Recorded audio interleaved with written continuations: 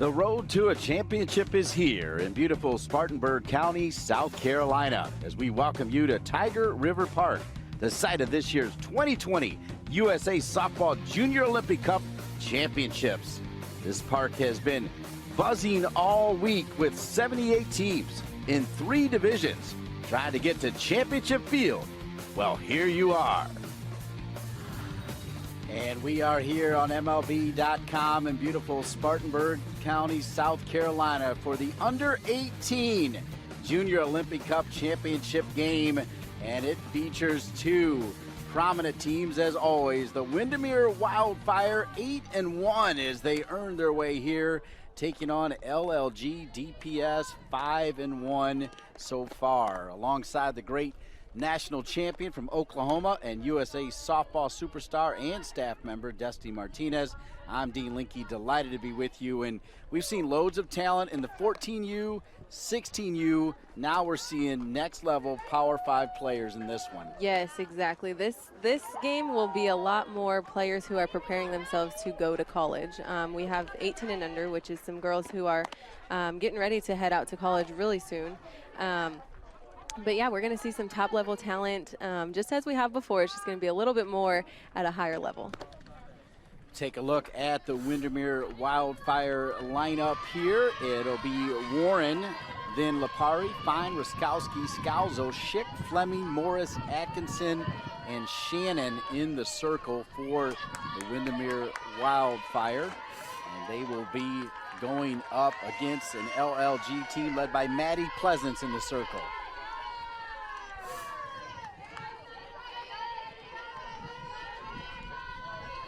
Maddie Pleasance gets the start for the Lady Lightning Gold DeMarini Platinum Squad. That's what the LLG DPS stands for. And here we go. Let's play ball. Crown one more champion. 2 crowned already. Congratulations to the Tennessee Mojo, taking down not only the 14 under, but for consecutive years now, they won the 16 and under. It will not be a Tennessee Mojo here in the 18 and under, Destiny.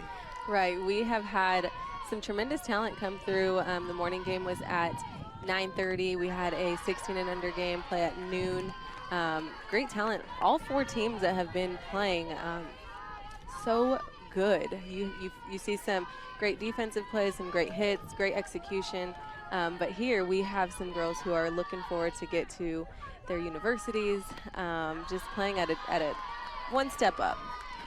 So Charlie Warren, who has committed to play at Fairfield U, super athletic, can get down the line really quick. So Warren leading off. On deck is Olivia Lipari.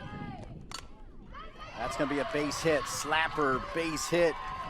You've got to appreciate that hit right there, Destiny. Yes, I appreciate slappers. I was a former slapper, and I have so much love and passion. It really is its own unique art. For her to come up and be able to really work the 5-6 hole, that's exactly what you want to do. You want to set the table, set the tone, bring some momentum to your dugout, but also get yourself on base. I think slapping is just an art that people don't realize how important it is to a game, and how you do have power hitters, you have hitters who are hitting gap shots or maybe even home runs, but you're able to score so many more runs because you're able to have a table setter as Warren. Lipari pops it in the air. Hughes calls for it, and Hughes is under it and has it, and the first out. So that'll bring up Madison Fine, the catcher, as we take a look at the pitcher, Maddie Pleasance, 17 2/3 during this week, giving up just 2 earned runs, 18 strikeouts against just 3 walks. And that is unbelievable. I mean, this team came out here, they were undefeated until yesterday. We had a 3 o'clock game, and the way that this tournament works is it's 2 brackets, an A and a B bracket. You battle all the way through the brackets, and the 2 winners of each bracket come together in the championship day. Stolen base for Warren, getting a good jump there on Fatanti, Joey Fatanti, the catcher. Not a bad throw, actually, from her knees, but good slide by Warren. She's at second base. So Maddie Fine will dig in against Pleasance. Pleasance is a commit for 2021 to Marist University, dual threat. She'll also bat cleanup for this talented Lady Lightning Gold team.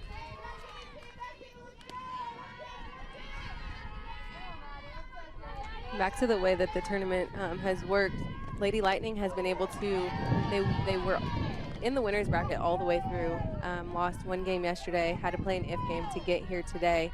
However, Wildfire has taken a completely different route to get here. They had 5 games back to back to back to back to back yesterday.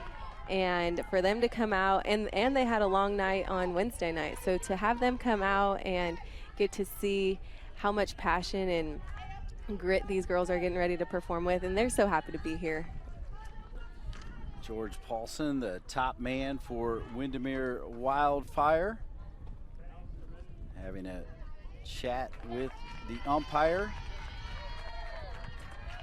We've got a pinch runner coming on now for Windermere Wildfire. It'll be number 20, Emily Allen, into the game, as number 29, Jayden Ruskowski, who's going to be going to school not too far from here. She'll be with Clemson, which is so great to see Clemson now with a softball program. Yes, yes. I'm excited to see a lot more universities. As softball has grown, you've been able to see some universities kind of pick up, and I know there's the Title IX that kind of restricts some programs or some universities from having a softball team, but Clemson is huge. It's huge to our sport. It's a great university, and for them to add softball. Got a pitching change here, so John Korn, not quite sure what he didn't like, but Allison Benning, who was listed as the flex, is going to come in. She's pitched 11 2/3 coming into this game. She started 3 games, given up 10 hits, 6 runs, all of them earned, 8 walks, 10 strikeouts. She's got a 3.6 ERA, so I hope for sure that Maddie Pleasance is okay, because she's also a big bat as well.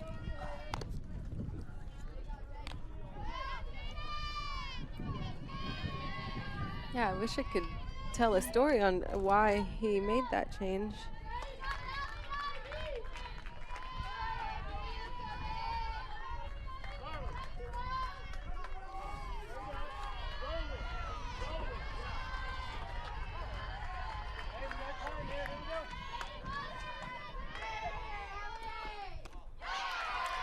Wow, and Benning's first pitch off speed. And a big rip there.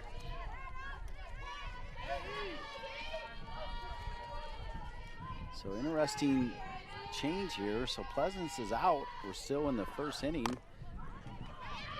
Benning fields her position. And over to first base she goes with for the second out.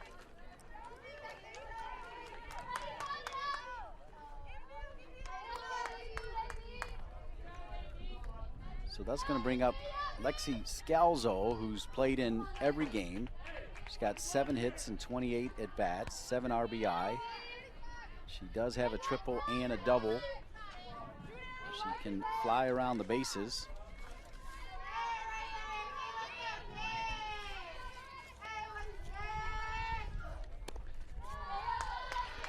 So Scalzo is going to go to Lee University. Plays softball. You see her numbers, hitting .250 with that 7 RBI, good on base percentage of .344.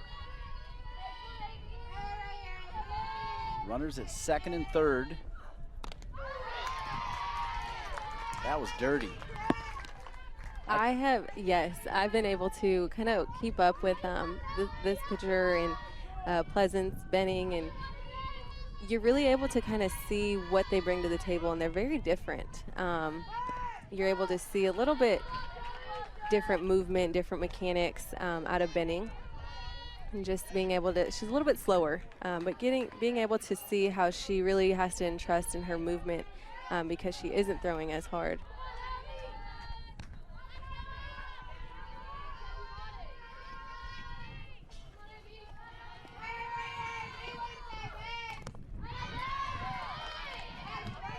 Fouled away by Scalzo, shortstop.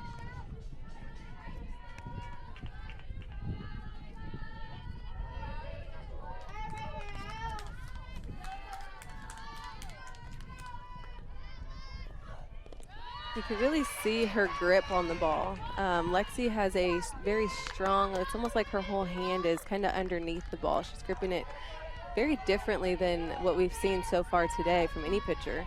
But you're able to see her release is a little bit different, kind of cupped at the bottom.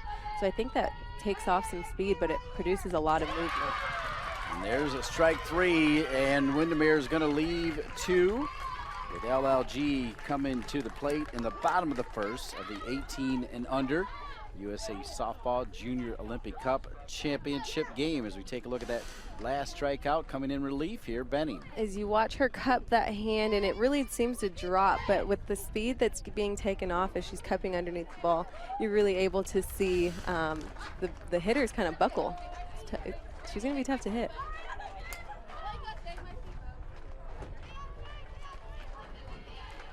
So LLG in the dugout, getting set to make their first appearance at the plate. They're led by Coach John Korn. We'll have more on him as we take a look at the batting order for Lady Lightning Gold. You see it 1-9. Smith, Williams, Hughes will lead it off, and we hope to see Pleasance. Remember, she was pulled off the circle. Godwin, Blum, Vitante, Lawson, Benning, and then at first base, part of the flex rotation, Bethany DeBias. That is the starting lineup for LLG DPS as they come to bat here in the bottom of the first of the 18 and under Junior Olympic Cup Championship game. Let's talk pitchers. It'll be Morgan Shannon in the circle for the Windermere Wildfire. Morgan has pitched a ton this week. See the defense behind her. It'll be Fleming, Morris, and Atkinson across the outfield. Lipari, Scalzo, Warren, and Schick across the infield.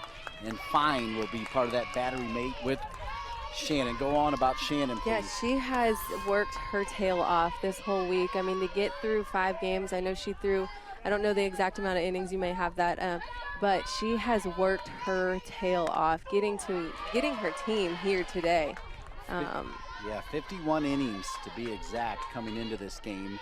So she's pitched 51. 3 other players have pitched 10. So she's pitched 51 of the 61 innings. She has pitched her tail off, and she's done so well. Now that's going to be a fair ball. So a little bit of tough play to make. Yeah, a little bit of indecision right there by Lipari, and that'll lead to the base hit. Yeah, if she just lets it roll out. Yeah, you can see she's kind of hesitant, and then she's like, oh, wait, maybe it's staying fair. Oh, oops. Which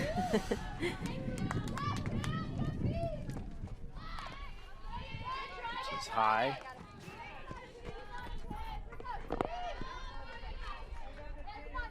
Just a little bit of uncertainty with Lipari.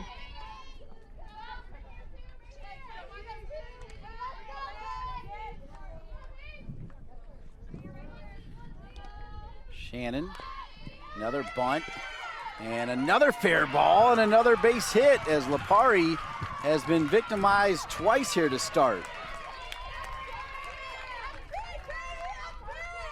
And that's really all you want from your 1 and 2 hole, is to figure out a way to get on base, whether it's dropping a bunt, placing it perfectly. Williams, I mean, she really did place that perfectly, but this is what you want to see, the first 2 batters of your lineup, just finding a way to get on, whether it's putting pressure on your defense, making the third baseman make a play, making her come in as runners are moving, just making them do a little extra thinking right off the bat, first inning. I think that kind of sets the tone.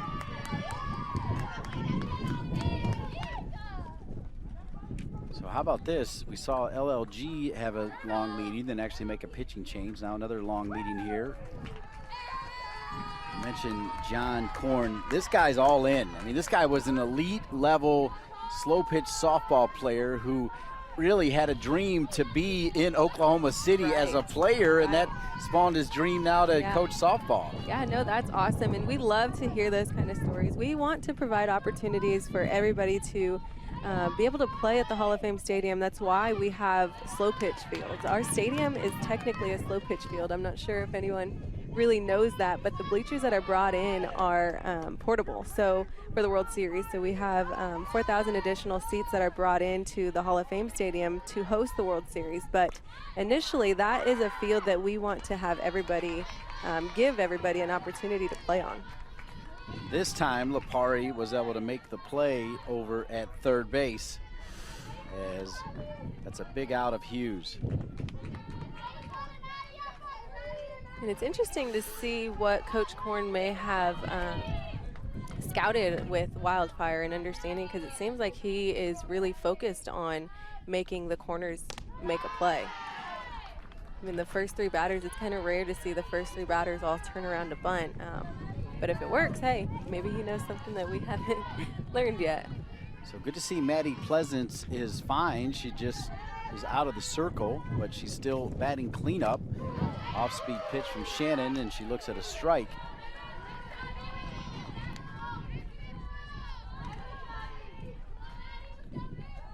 So Pleasance, 23 official at-bats with 4 hits so far this week.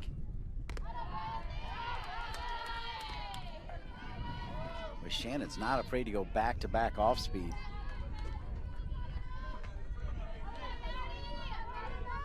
Three-one count.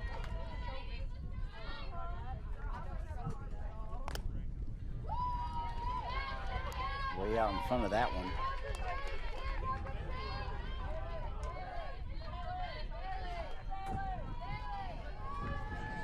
Fantastic event here, brought to you by the great folks at USA Softball.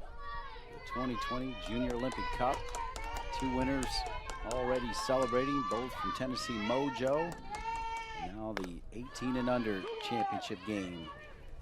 Popped out underneath it. Left fielder easy out.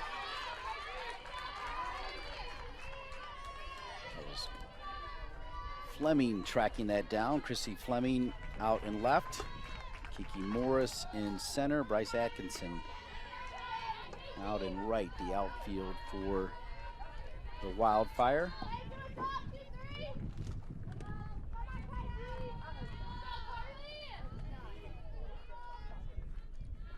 Smith at second, Williams at first. 2 outs now. It's fouled away by Carly Godwin. One of the youngest players on our team, 2023 collegiate player, uncommitted at the moment, but a lot of schools recently asking about Carly Godwin, according to Coach Korn. That's where it starts to get fun, right? You remember those letters coming in, Destiny? Oh yeah, yep. That's the best part. Try to figure it out. Got to do some research, kind of learn. Got to do some research on the players that are already there, schools, what majors they offer. A lot of stuff goes into this. Waiting on it, up the middle, should drive in the first run. Coach Korn sending the runner, and there it is. Across is Smith. Smith in, and it's 1-0 LLG on top of the Wildfire.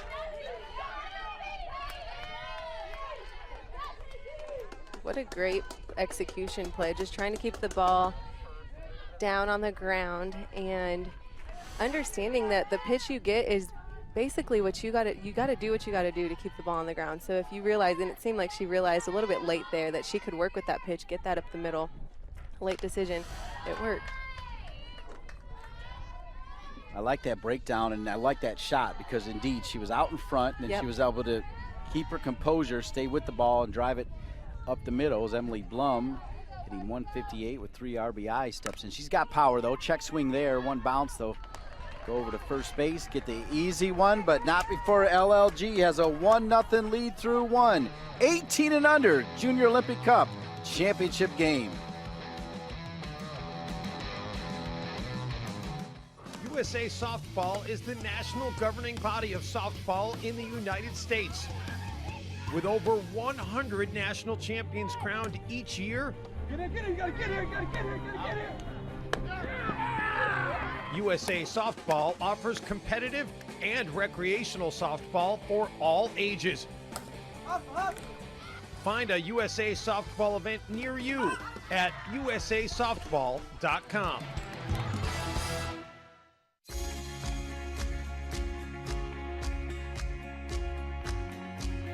Dr. Owens, how you doing? It's Pete Alonso with the New York Mets. I just want to say thank you so much.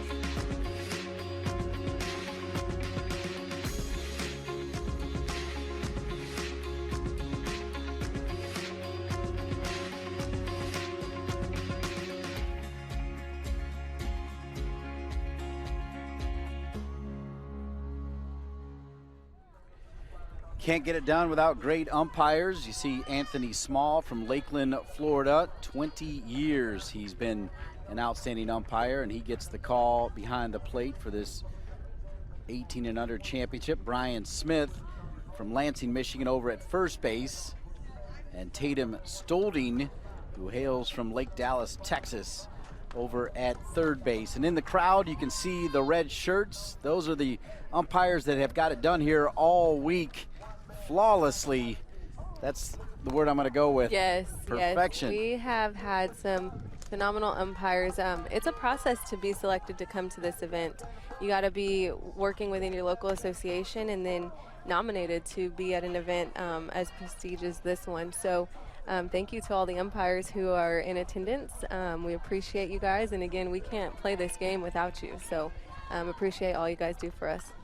Do need to point out that Maddie Pleasance is right back in the circle. So you talk about in-depth scouting report from Coach Korn. I am not surprised at all. Remember when you asked him if he lets his catcher call the game, and he quickly said, "No way, Jose." Yes. Looks like he's really involved in every little detail here. Yeah.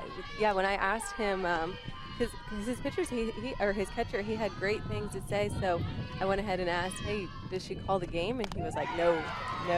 So, which is fine. There's a lot of different things that go into calling the game, and I think a lot of it has to do with understanding the hitters. And at this level, you don't get that opportunity to watch film or do anything like that. Where in college or sometimes at the next level, you're able to kind of make those decisions based on the film that you've been able to understand the hitter's mechanics or just tendencies. So I get it. Big rip and a strikeout as Pleasance back in there. Able to sit down Allie Schick, and another strikeout here for LLG. Great pitch, and you could see the movement. It starts pretty low and moves up into the zone, but as soon as you start your swing and you see that ball's coming low, and you're going to end up swinging right underneath it. So here's Chrissy Fleming, left fielder. She has a sister playing at Furman, so Chrissy's going to join her at Furman, although I think Chrissy's sister will be gone by the time she gets there. Senior now. Great bunt by Fleming, and safe at first base. Good hustle. That's a base hit. That was great placement, great execution on trying to get a bunt down. When you can identify that your defenders are playing a little bit further back and you feel confident enough in trusting your speed and trusting your ability to place it in the perfect spot, you do just that. So that's going to bring up Kiki Morris. Full name McKenzie, goes by Kiki. First pitch swinging, high pop-up. Underneath it is Smith, and she's got the out, the second out of the second inning.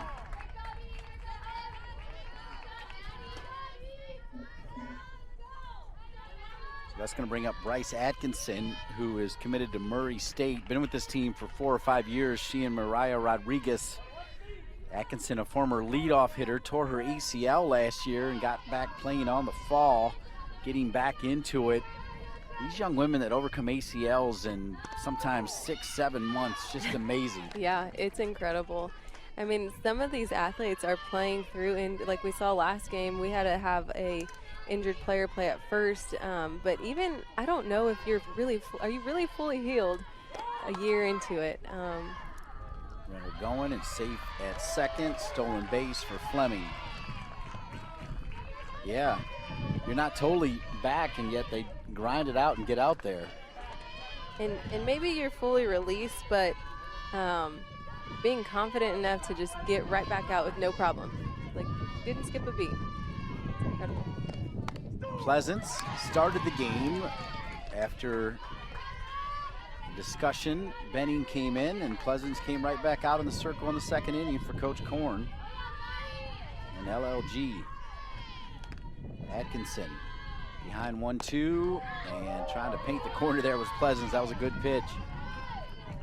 He's really working both sides of the plate, which is pretty good to see. And her movement is awesome.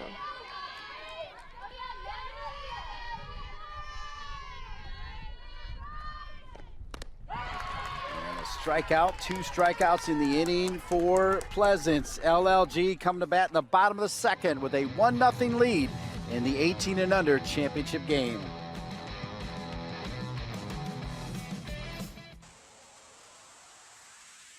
MLB Tonight brings you breakthrough baseball coverage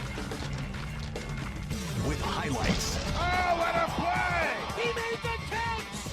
Analysis. What makes a good changeup? Arm speed. Look at that. And live look-ins to all the big plays. Oh, I call this good TV. Breakthrough with MLB Tonight every night on MLB Network. USA Softball is the national governing body of softball in the United States. With over 100 national champions crowned each year, USA Softball offers competitive and recreational softball for all ages. Find a USA Softball event near you at usasoftball.com. Welcome back to Tiger River Park, your outstanding host all week long as part of our coverage of USA Softball's Junior Olympic Cup. 14 and under, 16 and under, Tennessee Mojo, congratulations on that double, including back-to-back at 16 and under. And now 18 and under, a 1-0 lead for Lady Lightning Gold LLG over Windermere Wildfire, along with former Oklahoma Sooner national champ. That never gets old saying that, right, Destiny? No, that does not get old. It's Destiny Martinez. I'm Dean Linke, delighted to be with you as LLG coming to the plate here with 7, 8, and 9 in the bottom of the second. Off-speed pitch. Joey Fattanti, the catcher, will dig in. 7, 8, and 9. She's headed to East Carolina. She's got a good story as it relates to the LLG program, and Fattanti hits this one deep. I think it's fooled the left fielder, and it went off the safety fence, rounding first into second with a sliding double. Fattanti about 5 feet away from a solo shot. That was a shot. You could see her really load up and just crank it. You see her open up that front side and just take that inside pitch right back to where it came from. Strong. That was all arms. Impressive. That was all arms. So Fattanti, as the catcher, will get relief and get a runner. Pinch runner coming in, 22, Savannah Wynn. So Savannah Wynn in there. One of the deeper rosters. Coach Korn can go pretty deep. And he made just a couple changes as he didn't let all the goods out last night. He was a little cagey.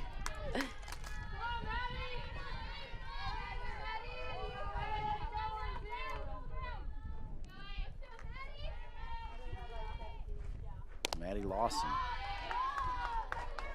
She'll be in the Big Ten. Headed to Rutgers as Rutgers looking to turn around their program. So Maddie Lawson, the shortstop, will play for the Scarlet Knights 2021. Perfect bunt. It's trouble, and it will work. And you're right. Coach Korn saw something on how he wanted to attack with a little bit of small ball here. Yeah, I think he definitely sat back and watched or learned or maybe talked to a few coaches of teams that they played. But, yeah, he's really making this defense work, making them communicate, making them cover where they should be covering, Even on that, throughout Lawson's at bat, he had her squaring around just to show bunt, and kind of, I noticed him kind of picking up on where the defense was going. So we'll see Morgan Shannon again coming into this game. 51 of the 75 innings were pitched by her.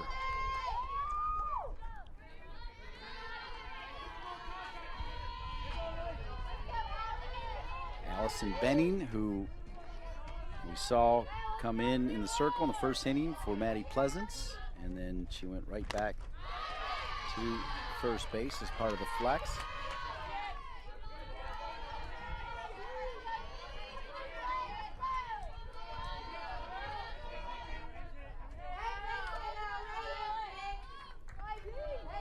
Just the 5th game for Allison Benning.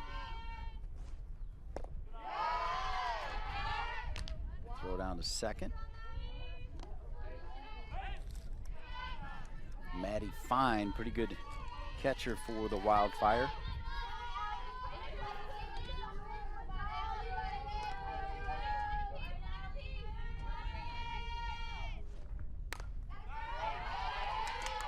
You could see Shannon able to completely keep these hitters off balance.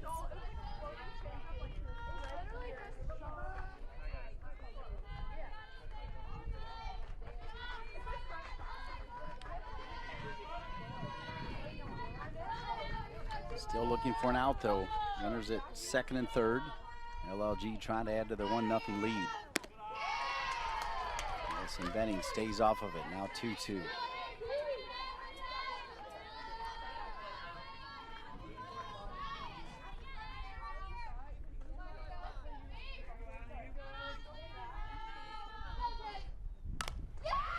Hit sharply, massive out.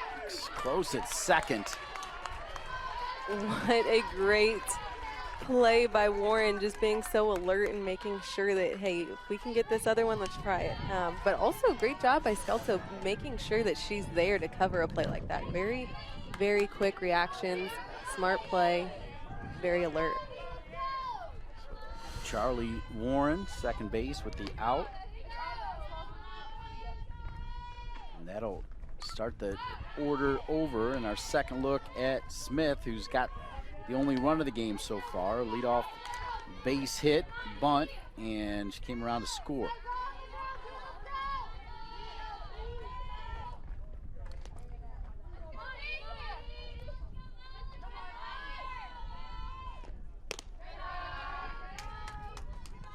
Smith has played in 8 of the 9 games coming in. 7 for 24, 6 singles and 1 double, 4 RBI, 4 runs, now 5 runs, as she scored the only run of this game.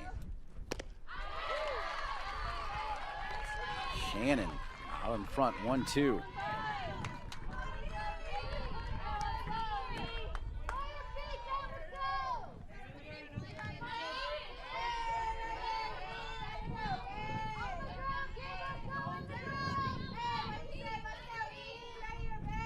In a situation like this as a slapper, there's a big gap between shortstop and the actual second base. If you're getting a ball on the outside corner, which you're more than likely going to get, you have to be able to control putting that ball up the middle and not putting it into the third baseman's hands, which is the goal of Wildfire, throwing her an outside pitch. So it'd be interesting to see Smith kind of control that. Strikeout. Striking out the leadoff hitter for that second out. If Windermere can get out of this, it'd be huge.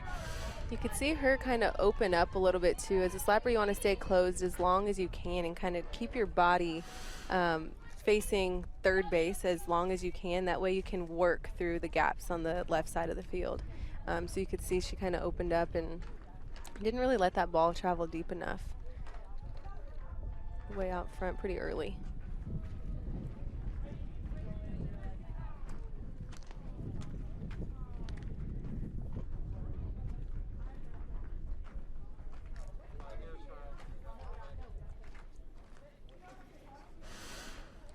So as you can see, when a slapper's crossing over, you can see her hips just kind of shift towards the pitcher, and all that leaves her with is just her hands extending over the plate.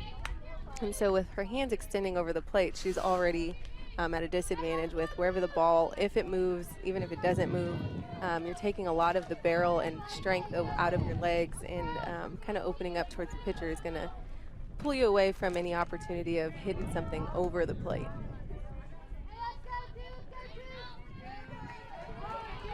Same as the first two games. Phenomenal breakdown from our good friend Destiny Martinez, particularly for the left-handed slap hitters. This one gets by the catcher, play at the plate, and under the tag. Shannon thought she was gonna be able to get the runner, but in safely, and it's 2-0 LLG.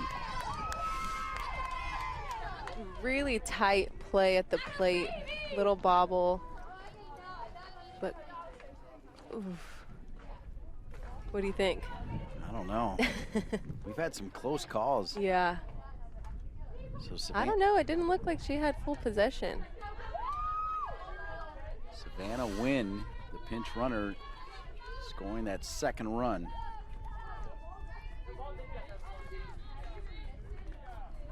So Taisha Williams, who, like Smith in the first inning, had a bunt single as they went to Lapari the first two times. Williams has been with this program since she was 12 years old. She's a 2021 commit to Boston University.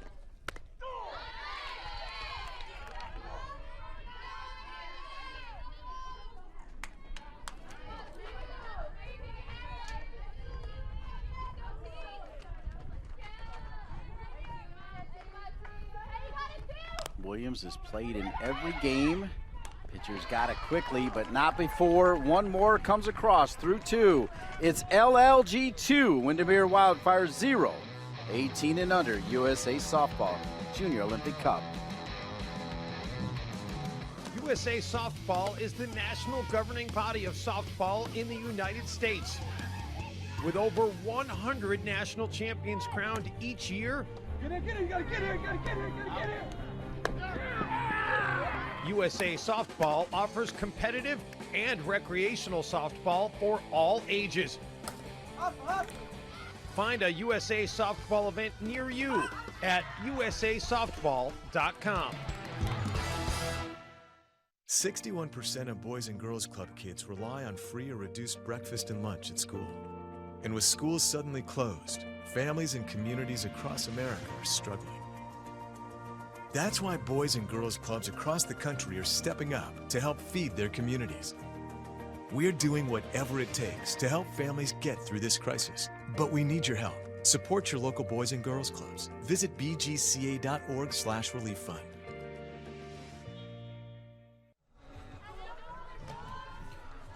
Two nothing LLG win the pinch runner. With the second run, close play at the plate. Yeah, her foot got in there. Good call by the umpire, right on top of it. So with that run. Great calls by the umpire so far. Yeah, indeed. We've had a few bang plays, and on all of our replays, I feel like they're pretty spot on. Maddie Pleasance back in the circle. Remember, just for a batter, Allison Benning came in, but Maddie Pleasance right back out there. As it'll be the top of the order here. Second time through for Warren, Lapari, and Fine for the Windermere Wildfire. As they come to the plate, led by their top man, George Paulson. George, who was a tennis player at Georgia Tech.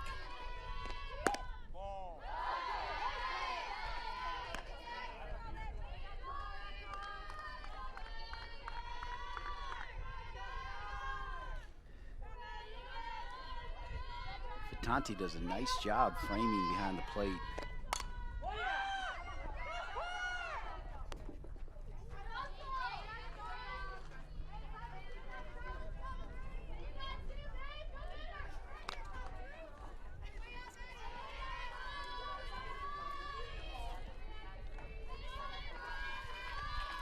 It's always interesting to see the level of skill from 14s to 16s to 18s. I noticed in the 16U games, we didn't really have too much framing or just the receiving end of it. But as you can tell, as they get older, they just slowly perfect those mechanics. So Tonti's done a phenomenal job behind the plate.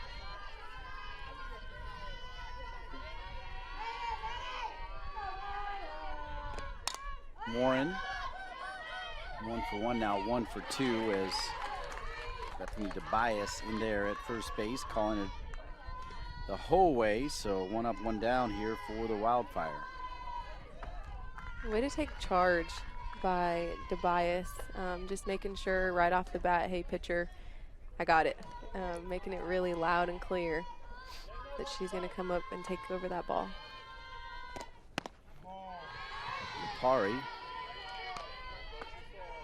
popped out to the second baseman her first time up. Lipari's appeared in every game, came into this one with an impressive 16 hits, including 2 doubles, 2 triples, and 3 home runs. And that was so close, but foul. 16 RBI, 12 runs for Olivia Lipari. So quite the stick, and small in stature, but a big pop. Yeah, she, I mean, you wouldn't think that she's got the strongest bat, but, you know, there's a lot of players who have come through the NCAA, and you're like, oh, wow, hey, you don't look that strong, but you can really get it out of here. Lipari, good job by Pleasance to get in on her hands that time, as that'll be popped to the second baseman for the second time for Lipari. I feel like there's some legitimate coaching going on right here in this one with both coaches. A lot of strategy and yes, I agree. A lot of execution, but I think at this level, your coaches have expectations of you executing what they call. Maddie fine, deep. Smith is under it. 1, 2, and 3. Up and down. So through 2.5, it's 2-0. LLG on top of Wildfire. Another great event from USA Softball, the Junior Olympic Cup, as we take a look at USA Softball. This Junior Olympic Cup was established in 2015, Destiny. Correct, yes. We started it in 2015. We started it just because coaches came to us and said, hey, we need something different. And so we said, okay, well, what do you want to do? And we kind of let them tell us. And what we want to make, we want to produce a product that everybody wants, and it fits for a good amount of coaches. Obviously, there's no way to please everybody, but this is something that the coaches wanted. They wanted to see it. They wanted USA to support it. So it's turned into a fantastic event. In 2018, we actually added the 14 and under division. And that was the first time. And so today we had a 9:30 game, and that was our 14 new divisions, with Mojo actually taking that, and their 16 under team took that championship as well. But the overall tournament, we had 78 teams out here, over 1,000 players on this field. We're at Tiger River Park, and it is the most beautiful park. I'm sure throughout the broadcast you'll get to see a full drone view, and it is so beautiful. But yeah, as you can see, Tennessee Mojo 2024 went ahead over Florida Impact 10-4. Tennessee Mojo beat Gold Coast Hurricanes in the 16U division 5-0. So yeah, it's just been a phenomenal event. These teams have worked so hard all week. We've had long days. Some Wildfires out here. They had 5 games yesterday. So a lot of heart, a lot of passion, and a lot of fun. Can't complain too much. Weather has been great. We had one lightning delay that kind of put us about 3 hours over, but for a full week of play, that's nothing. Knock on wood. Great job, Destiny. First pitch here from Shannon coming to Hughes. It'll be 3, 4, and 5. So the heart of an order that is deep, though, 1 through 9 for LLG. Hughes, Maddie Pleasance, Carly Godwin. And that one will bounce to Hughes. Hughes popped out to the third baseman as they went to the third baseman the first 3 at bats. Lipari. Lipari caught that Hughes pop-up.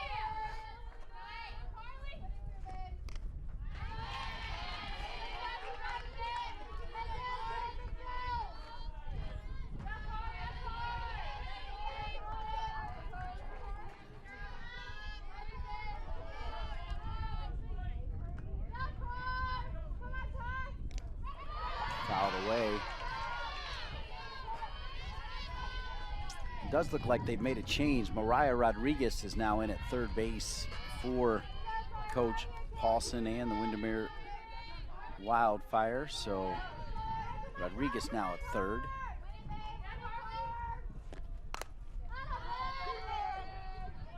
Popped out, no problem at all for the left fielder Fleming.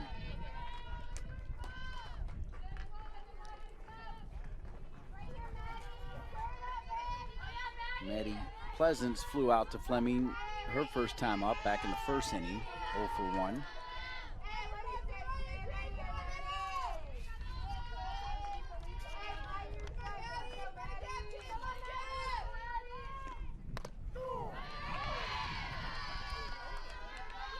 Shannon has done a great job of keeping the ball down in the zone, and also mixing some speeds. I know she's produced a lot of, or quite a few pop-ups, and I think that's due to her being able to take so much off. She's making these hitters kind of reach out and make contact a little too early, and it's causing them to pop up. But she's also doing a really good job of keeping the ball down in the zone and making it spin a little bit.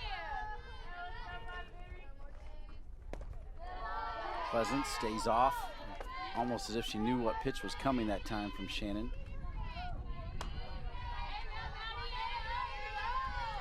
Two balls and a strike.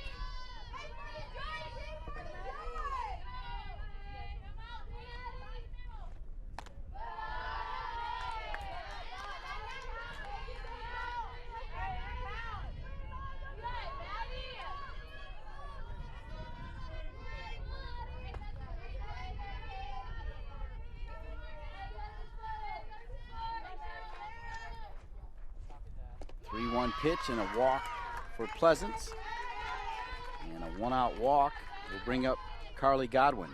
Got a base hit her first time up.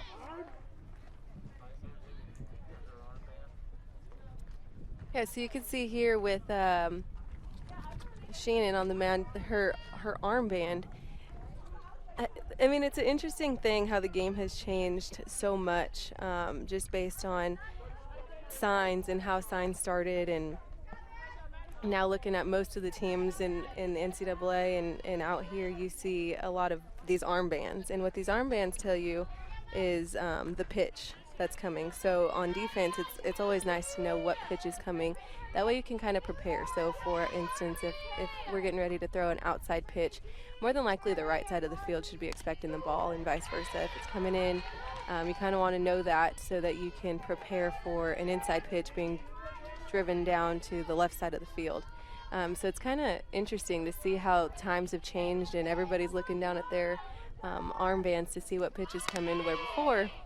It's a strike runner going, and out at second base. What a cannon coming right there. Maddie Fine putting it on a dime. That was a phenomenal throw. Great job by Fine.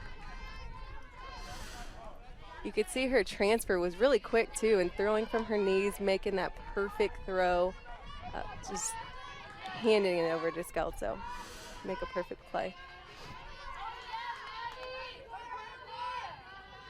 So Shannon getting help from her catcher. Now the bases are clear again and 2 outs.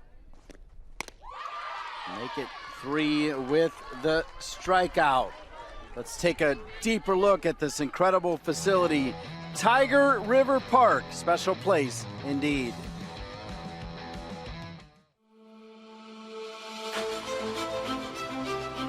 If you build it, they will come.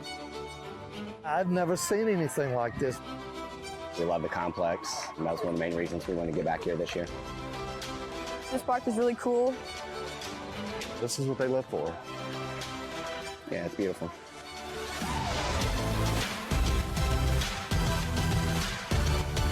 Well manicured, very illuminated, directions were great, fields look perfect, there's even a rainbow in the sky. Just the way they maintain these fields, the way they run the tournament here, just has always been something that's been, I think, what most tournaments are striving for. The red dirt is great because most of the parks we've been at don't have real red dirt, and that's just a thing that brings this whole park together. It's so cool to all be self-contained, and everything's right here. Tiger River staff, the complex, easy to get into, very helpful, has been fantastic. I don't know.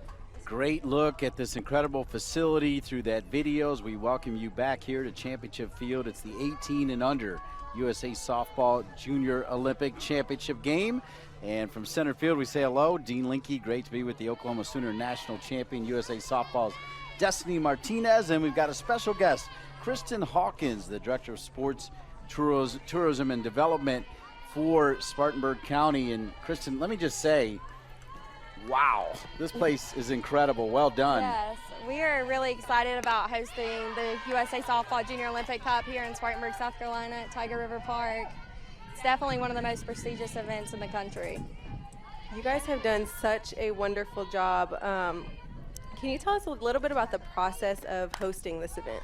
Yeah, so we've actually been building a partnership with Spartanburg Parks Department as well as USA Softball since this park opened in 2012, and we're really excited to continue that partnership in the future. And we have hosted USA Softball National Championships in the past in 2015 as well as 2018, and continue that partnership in the future. So USA Softball National Office gave us the opportunity to potentially bid on the USA Softball Junior Olympics, and so we took that opportunity. Base hit there, thank you, well done. Look at her, she's a pro. She lays out as Jayden Ruskowski with the base hit. Go ahead, Kristen.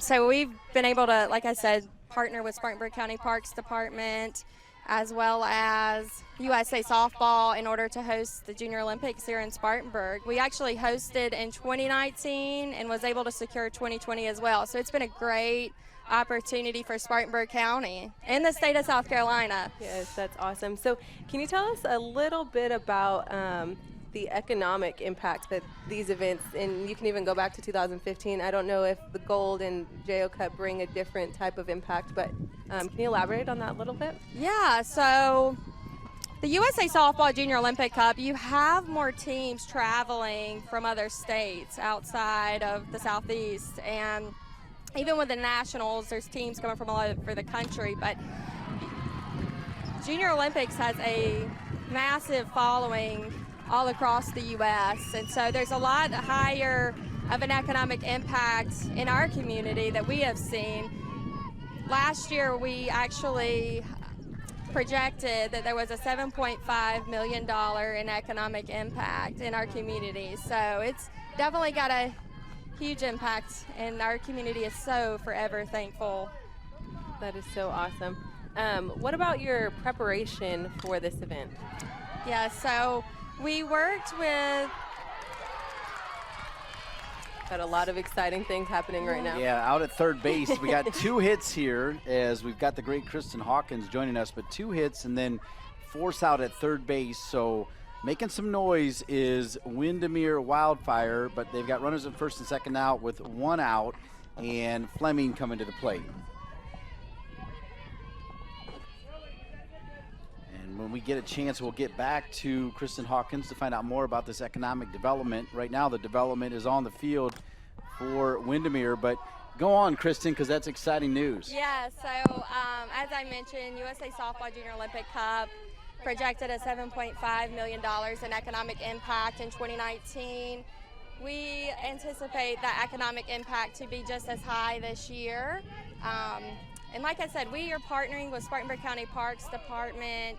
We're partnering with a lot of different partners in our community from the local standpoint to really ensure that the guests and players and fans, spectators are all receiving a great visitor experience when they're here in Spartanburg, South Carolina. Well, I think you guys have accomplished that. It's so great. We've heard nothing but good things.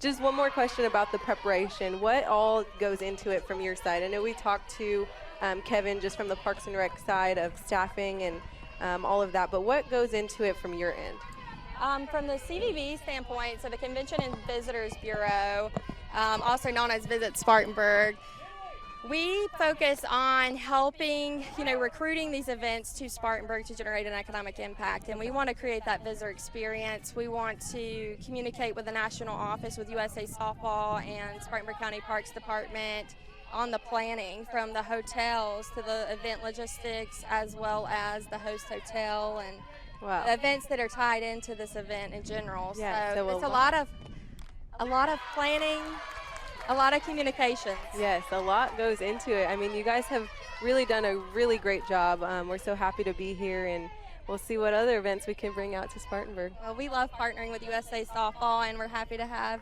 MLB here as well. So Thank you so much, Kristen Hawkins, Director of Sports, Tourism, and Development, making Spartanburg County proud. Job well done. Thank you so much. I appreciate it. All right.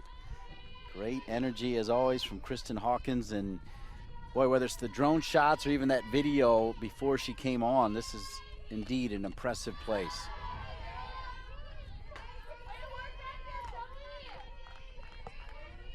So Kiki Morris now, all of a sudden you got 2 runners on, and then the force out, and then the strikeout, and a good chance here for Pleasance to get out of a jam.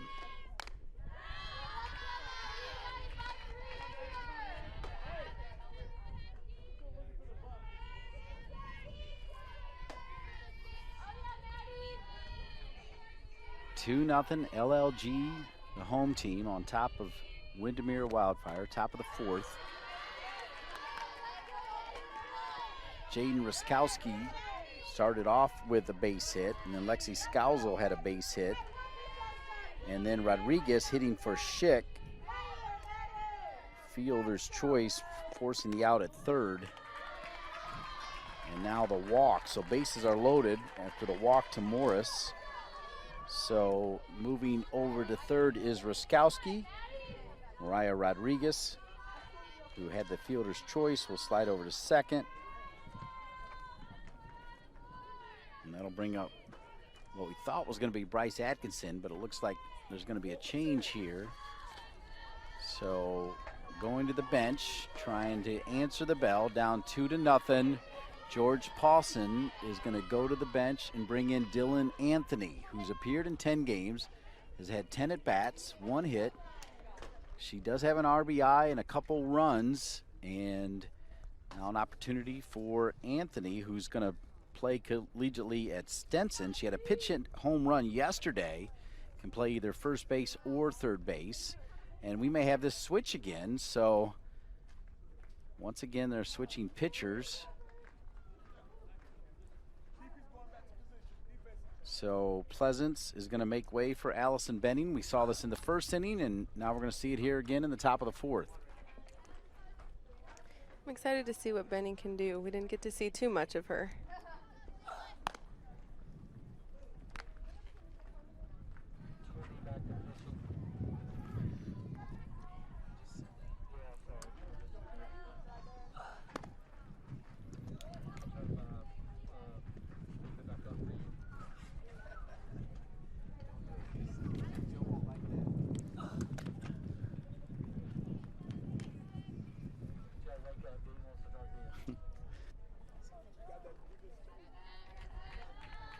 Benning warming up. Second time we've seen this switch. Be interesting. I'm excited to see how she does throughout the game. Try to keep her composure. I did notice a little bit of, I don't know if it's nerves or maybe adrenaline. I don't know. But when the first time she came out, it seemed like she was a little bit nervous. So I'm excited to see her work through it and kind of get comfortable. Hopefully she's in for a little bit longer. We could get to see what she can do out there.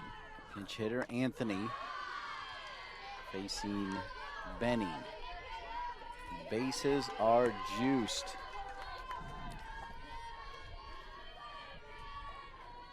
Huge at bat, to say the least. Top of the 4th, 2 outs, 1-0 pitch. Benning bounces it up there. Now it's 2-0.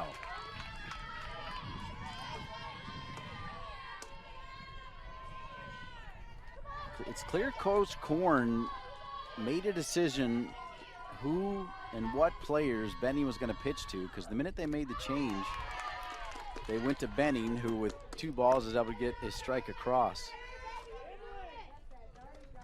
I mean, I don't think I've seen this deep of scouting report. Not at this level, no. I mean, it's really impressive. There's I mean, some organizations you'll find that they do some scouting reports. They they chart and they really keep track, or some coaches will share charts. And but this is really extensive to make changes throughout the game, middle of the inning, based on who's coming up. Anthony drove it, but right to Williams, so 3 are going to be left out of there. We're halfway through. LLG with a 2-0 lead over Windermere Wildfire.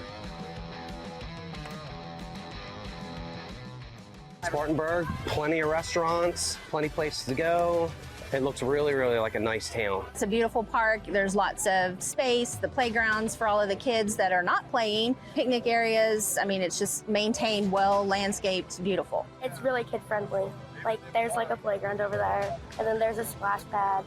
You look it up, and we looked it up, and like, this couldn't be possible. But you get here and you look at it and you say, wow.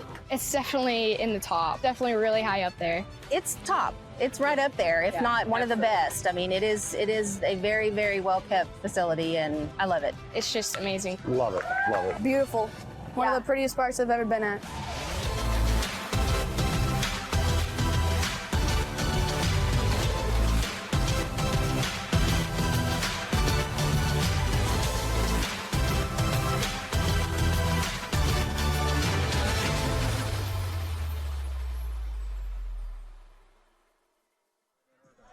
Welcome back to Tiger River Park, halfway through the 18 and under USA Softball Junior Olympic Cup Championship game. LLG DPS with a 2-0 lead coming to the bat here in the bottom of the 4th over Windermere Wildfire, alongside Destiny Martinez, Dean Linke with you. Hope you've enjoyed all 3 Junior Olympic Cup Championship games today. Congratulations to Tennessee Mojo taking it down in the 14 and under and 16 and under. So here we go, bottom of the 4th, LLG trying to add to their 2-0 lead after getting out of a bases loaded jam in the top of this inning.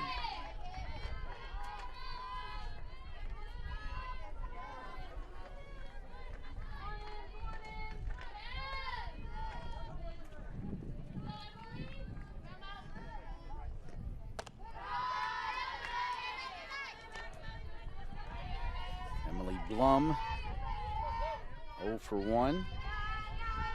It'll be Blum, Vitanti, Lawson. As we work our way down to the bottom of a loaded LLG lineup. And just missing was Shannon.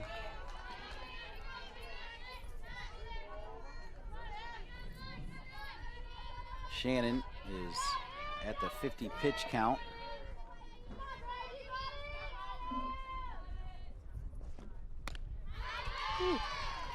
Great pitch. She is really able to control, I guess, where she wants it. I feel like she hasn't really missed any spots. There's some pitches that she's kind of left a little too high, but I feel like she's placing it over the sides of the plate really well. Coach Paulson said she's not an overpowering pitcher.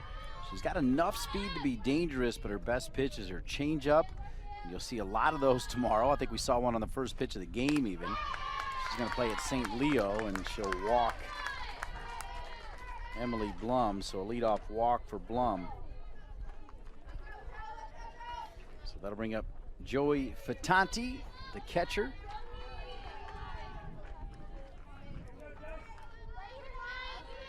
Fatanti, this is her 6th game of the tournament. 10 at bats, 1 hit coming in. See her really working in a change.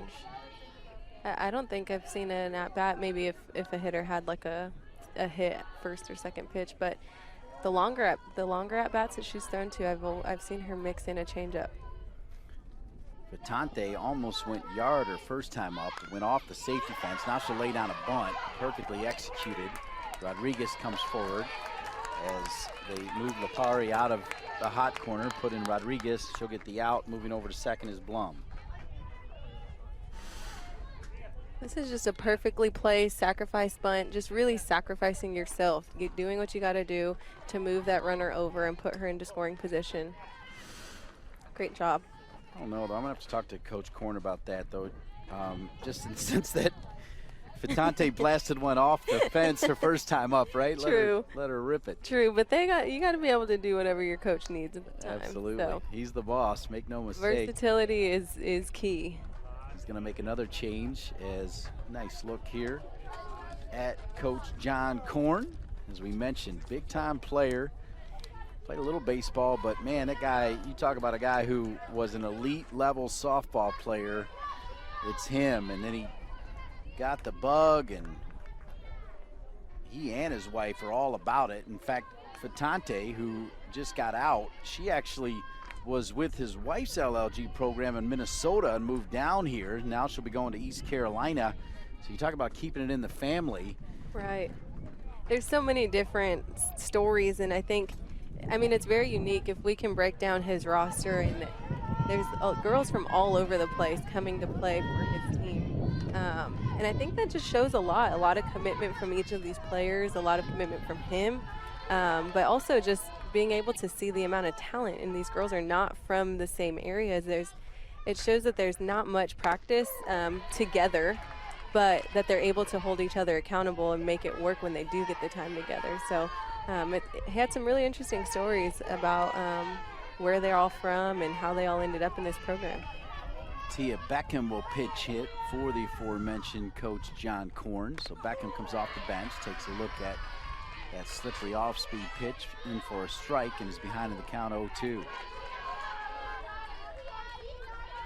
So Blum standing at second base after the walk and the advance on the bunt from Fatante.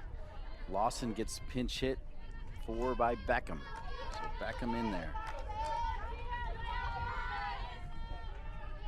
This will be the 5th game for Beckham. She does have 2 hits and 6 appearances, but not there. It'll be a strikeout. Goes above the eyes with it, and a strikeout of Beckham. That is a huge strikeout for Shannon, to be able to get that leadoff batter on with a walk, and then she moved over just to the sac bunt, but also being able to get right back into it and really shut some of the hitters down to prevent this run from scoring. So that'll bring up Benning, who lined to the second baseman her first time up, back in the 2nd inning. LLG got 1 in the 1st, 1 in the 2nd. They went 1, 2, 3 in the 3rd. They've got a runner at 2nd with 2 outs here. It's Benning, then it'll flip over to the top of the order.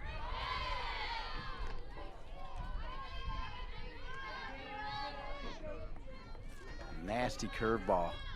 Shannon, all of her off-speed stuff. Yeah, she's really able to mix speeds, move the ball, and I think it helps too that she isn't an overpowering, hard-throwing pitcher, because she's able to really rely and focus a little bit more on just the movement and change of speeds.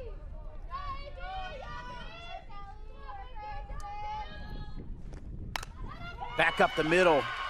Benning stays with it. That's gonna, wow, what a throw though, but it'll score the run. 3-0, perhaps, no, safe at second as they drop the ball. So safe over at second base as the ball was spilled there. Allison Benning went right back where it came from, right through Shannon, and it's 3-0 LLG. And that was a great play executed on defense, with Morris being able to come in on the ball with a great throw home, missing the tag, but she's able to come back up with Fine throwing it back to Scalzo over at second base, trying to keep plays happening, trying to make outs and trying to do their job. Really great to see no one gave up on that play. Great execution. The out was there. Scalzo on the swing through. The ball came out of her glove, which forced the umpire to then say safe. Right, yeah, so you can see here that throw straight from Fine into Scalzo. Great throw, great tag, perfect timing. Just let the ball get loose right at the tag. So took that out call, ended up being safe. but greatly executed. Really impressed with the way defense was in their spots, exactly where they needed to be to make the next play happen. Whether or not the first out mattered, I'm just really impressive to see them execute something consistently. So now Sydney Martin is going to come in. Martin has appeared in 5 games. She's had 11 official at-bats with 4 hits. So Smith, it's not too often you see the leadoff batter get pinch hit for, but that's what we're going to see right now.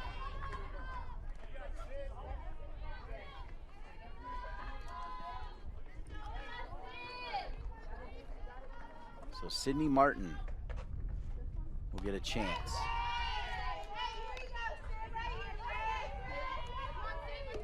Martins also has a run to her credit at this week's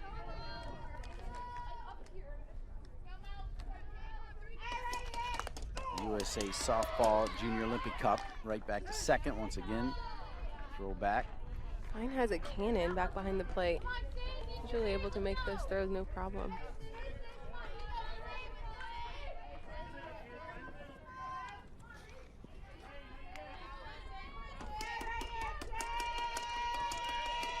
Reagan Hartley, the runner at second base. Easy play for the first baseman, and that will do it, but not before another run is across for LLG through 4. It's LLG 3, the Windermere Wildfire 0.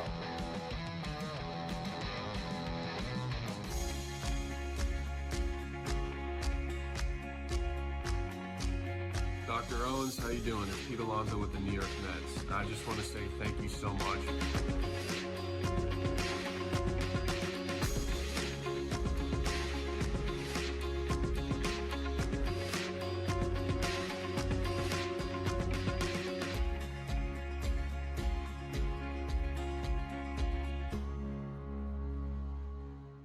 "61% of Boys and Girls Club kids rely on free or reduced breakfast and lunch at school.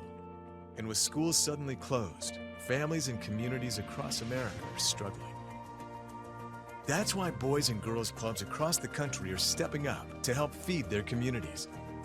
We're doing whatever it takes to help families get through this crisis, but we need your help. Support your local Boys and Girls Clubs. Visit bgca.org/relief fund. Start of a new inning for LLG. They have a 3-0 lead, and guess what? They go back to Maddie Pleasance in the circle for the 3rd time. She started, Benning came in, threw to a batter, Pleasance back out. Benning came in, threw to a batter, got out of the inning, Pleasance back out again as Coach John Korn, every single move. It's almost like he's calling football plays down there. Yes, very strategic in everything that he's got going on. It'd be fun to talk to him. Like, what's going through your mind? What are they specific hitters? Are they better at certain pitches, or what makes you do that? I feel like he did lay the groundwork for us when, again, you asked that question about do you let your catcher, because then he started to go off on a little rift about scouting, and like you said, how these players come in for all over. And I was thinking, how in the world is he going to be able to scout even this tournament when they're playing all the time? But he clearly has got a crew. And yeah, he did something. He had to have. But I mean, they're not the wrong calls. He's putting her in, and he's working. Yeah, what he envisions, is really working out. 3rd time through the top of the order, so that'll be Warren, Lapari, and Fine. Warren. Red perfect. Oh, and dropped by the center fielder who had a beat on it. Smith had come in and had it in her glove, and just, you could tell, just wasn't totally sure, and then it fell out.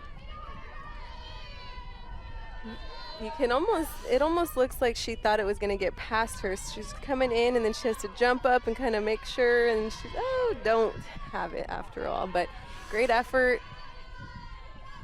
Great jump on the ball, just had to hold on. So runner at first here for Windermere Wildfire, and this one hit deep, way back, really going, foul though. And I'll tell you what, one less breeze, and that may stay fair and get over. I think so too. Wow. Just missed. Oh, she probably won't be getting another inside pitch this at bat.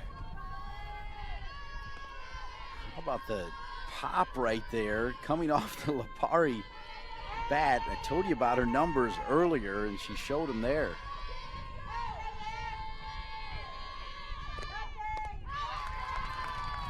Pleasance this time able to fool Lipari. Definitely was not going to give her the same cheese she just had.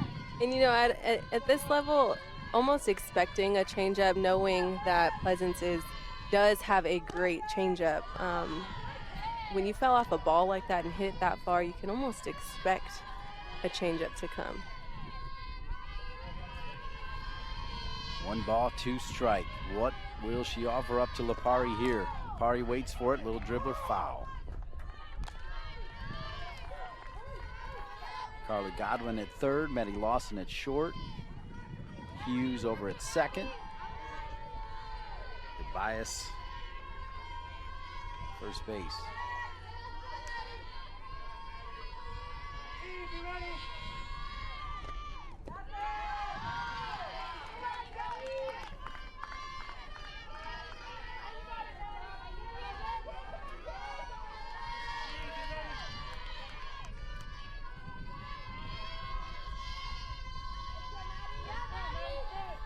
Two count. Great battle.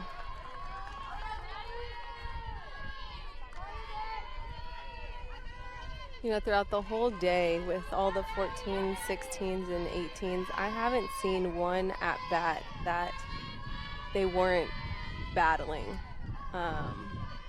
or they took a pitch that they maybe shouldn't have. I feel like they're taking advantage of every ball that's in the zone, and that's all day. I can't think of an at-bat where, I mean, maybe they took a strike, but didn't hurt them, maybe runners weren't on. I can't recall an at-bat where these girls were not fighting their tails off.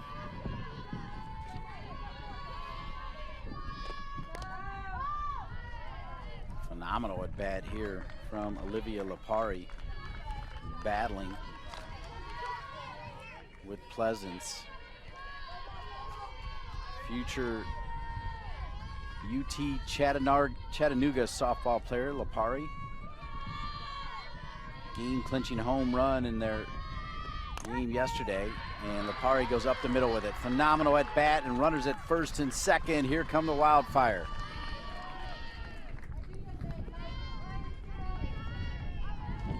Great battle, making sure that you fell off maybe the pitches that could be called a strike, get them out of your way and wait for your pitch that you can do something with. And Lipari did a great job of executing, making something happen with the ball up in the zone.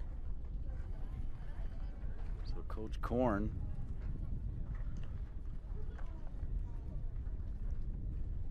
I think he's going to make another change, and it's not Benning this time. Instead, it's going to be Kyra Pittman, who has pitched more innings than anybody else, both Pleasance and Benning coming in. 22 innings she has pitched, given up 13 hits, 3 runs, 2 earned, walked just 1, struck out 12. So Kyra Pittman will come on, and she'll be the third pitcher featured for Coach Korn.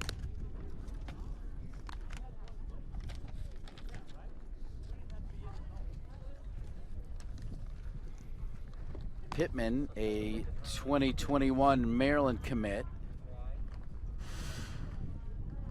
This is kind of unique, the way that she starts and the way that she kind of explodes off that mound. It's a little bit different than the normal or than any other pitcher that we've seen so far today. So this could have an advantage to her just because of timing of hitters. They're not used to somebody who kind of crouches down at the beginning and doesn't have as much movement coming forward to begin with. So this could be a timing mechanism that the Wildfire may have to adjust. Pittman, according to Coach Korn, can chase it up near 64 miles per hour. Ability to strike out a lot of batters. They need to strike out here. Popped in the air, that'd be as good as a strikeout. Indeed it is. Nice hustle by DeBias, the first baseman who doesn't bat, gets the out.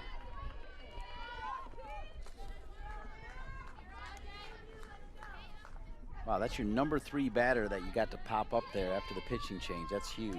That's a huge deal, especially with leadoff batters on. I mean, you're trying to start a rally and then kind of just came in and maybe took that away. So we get another look now at Jayden Ruskowski, who had a nice base hit just as Kristen Hawkins, the Director of Sports, Tourism, and Development, sat down. We really didn't get to tip our hat to Ruskowski.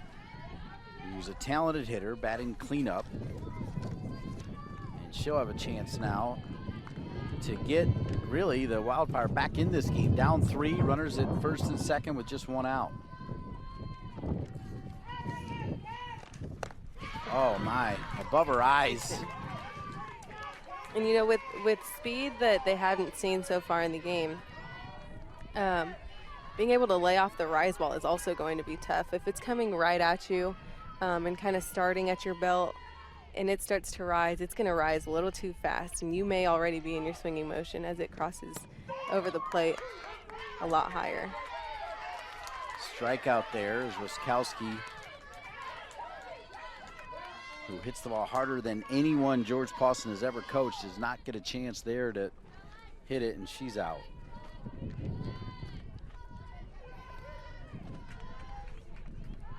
Boy, LLG gets themselves in mini jams, and then they make getting out of them look easy. I agree. I mean, I feel like defense has been on their game all day. Off the shortstop, Coach Paulson's going to send the runner. Play at the plate and safe at home. And a run to cross for the Wildfire. Charlie Warren with the first run.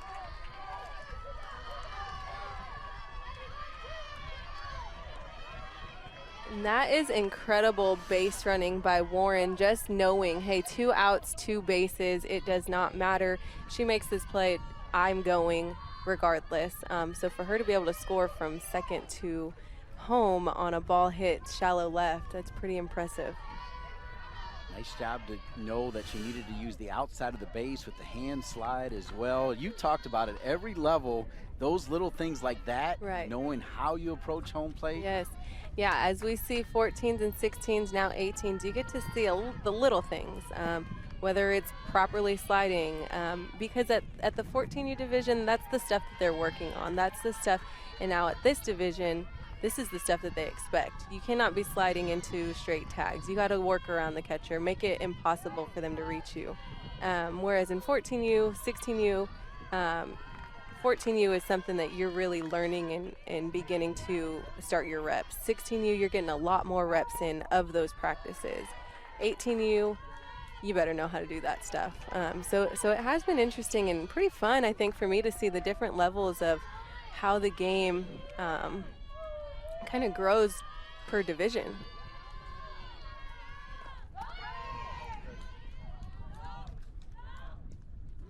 Faking the rundown there was Scalzo. We'll see what Schick can do.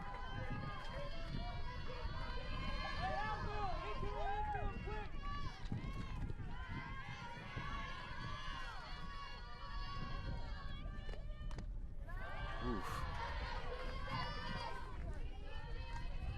So now we're seeing why Kyra Pittman is headed to Maryland in 2021. She's got some speed, and then that spin fading away, and then taking the off speed right there. Swing and a miss for Schick.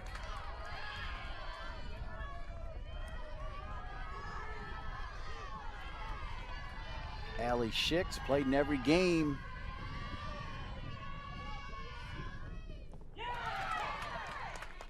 Dug out and handled over at first base. So LLG, little mini jam. They get out of it. They do give up 1. Through 4.5, 3-1. LLG on top of Windermere Wildfire, 3-1.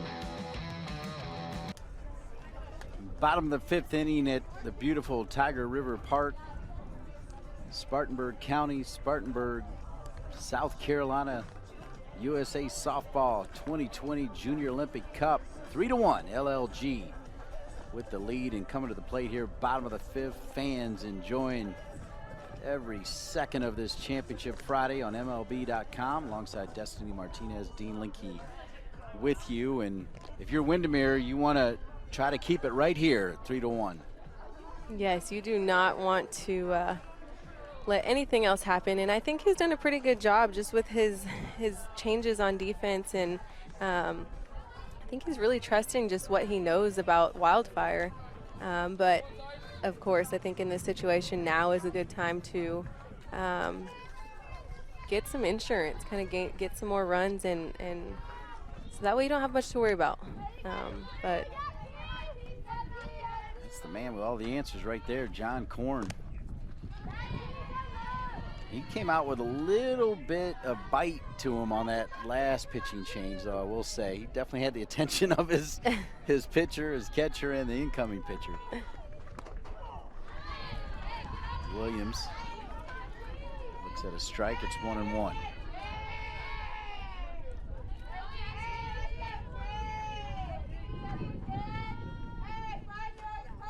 Williams 1 for 2. Had that perfect bunt her first time up.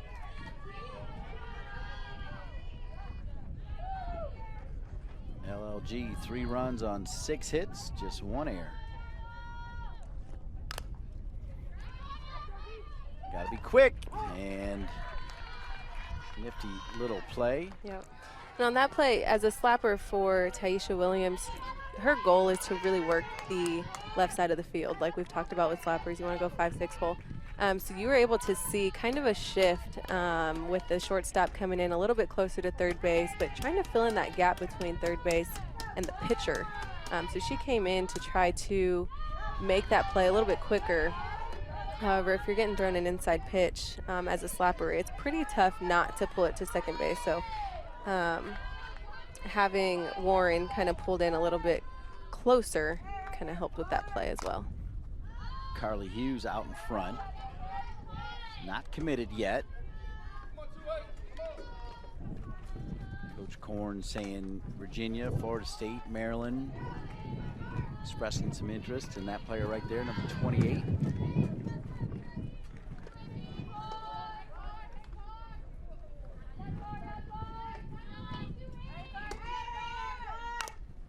Waits on it.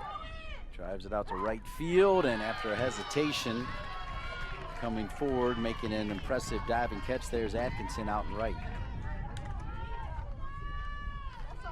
What a great play by Atkinson out there. You know, it's tough with the wind to really get a good read, and especially after you take that first step, which is your most important step. You want to come in and then kind of just make sure, just with the wind. So I think it's awesome that she was able to make that drop step, kind of close in the gap and really break, lay it out and make that play. So Coach Korn saying my pitcher's hit, and that includes the third pitcher in the lineup, Kyra Pittman, who does have a hit in the tournament. She's in the circle, so that means she's now at the plate.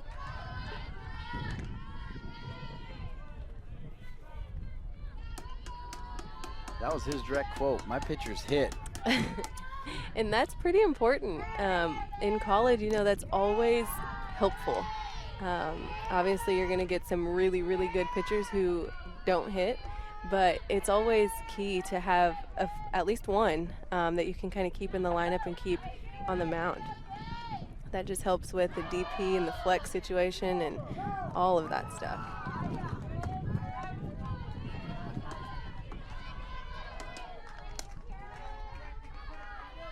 Three-one count.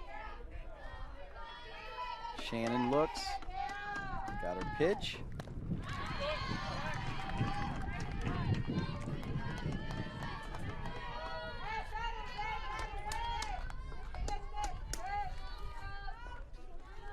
Certainly a 1-2-3 inning would suit George Paulson, the top man for Windermere Wildfire right now.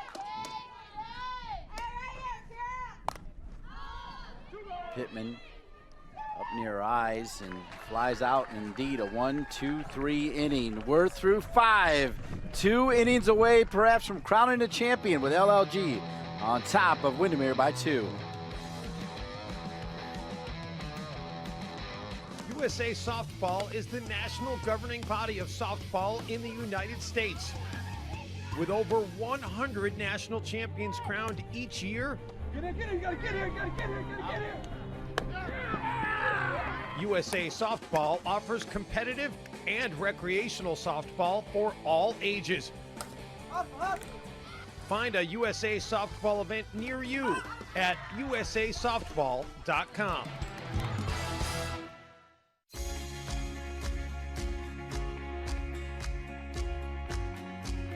Dr. Owens, how you doing? It's Pete Alonso with the New York Mets. I just want to say thank you so much.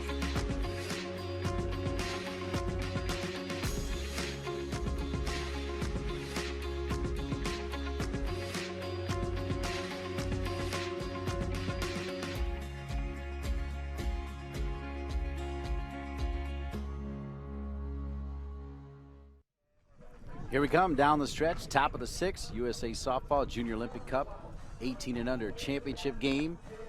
2 innings remaining through 5. It's LLG DPS with a 3-1 lead over Windermere, with the Wildfire coming to bat here in the top of the 6th.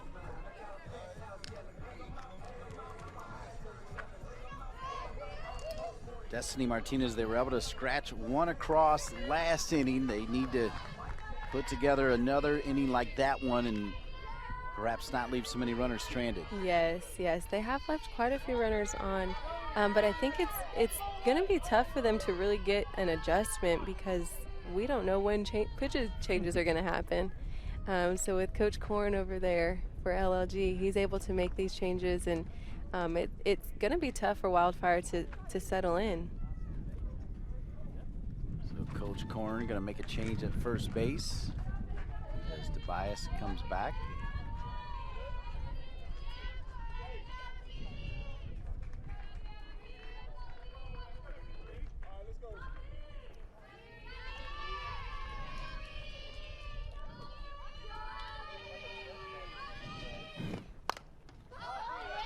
Popped in the air, and after making that change, look who's under it. I mean, Korn is definitely approaching this game like a chess match. How does he's calling plays that he already knows, it seems like. So 1 up, 1 down as Fleming heads back. So this will be Kiki Morris. But a lot of that still comes down to his scouting report, if that's what he has, making sure that he's able to call the pitches that he knows these hitters have tendencies to maybe pop up, or he's able to do things to the hitter's weakness, and I think that really plays a lot in who he's going to put out in the field. Morris trying to sneak one in, but excellent play by the left fielder, Emily Blum. And that's the 2nd out. And that'll bring up Bryce Atkinson, who had a nice play defensively. See what she can do at the plate. Bryce 0 for 1 on the day.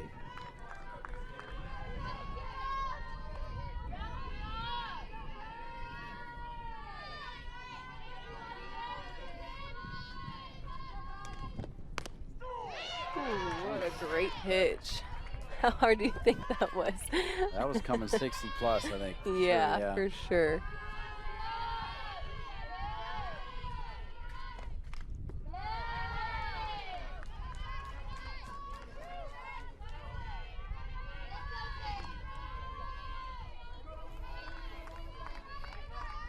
So Pleasance and Benning kind of flip-flop. They get the job done, and then they say, hey, let's bring in our innings leader, Pittman, and she brings in some smoke.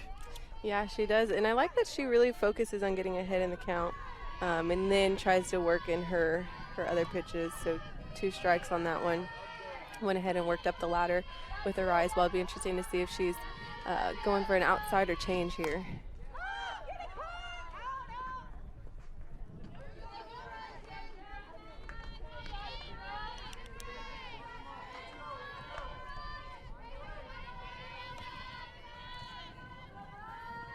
Atkinson, after coming back from that ACL, is committed to Murray State. He's off the high pitch.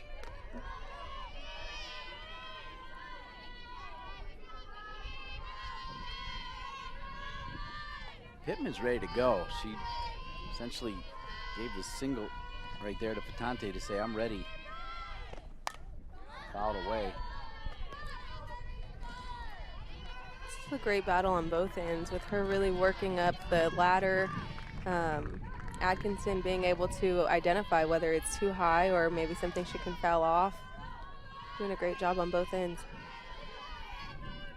She does not mess around. Oh, wow, a little bit high looked like, but a strike called, got the pitch. And strike 3. Back-to-back 1, 2, 3 innings. And LLG coming to the plate in the bottom of the 6th with a 3-1 lead.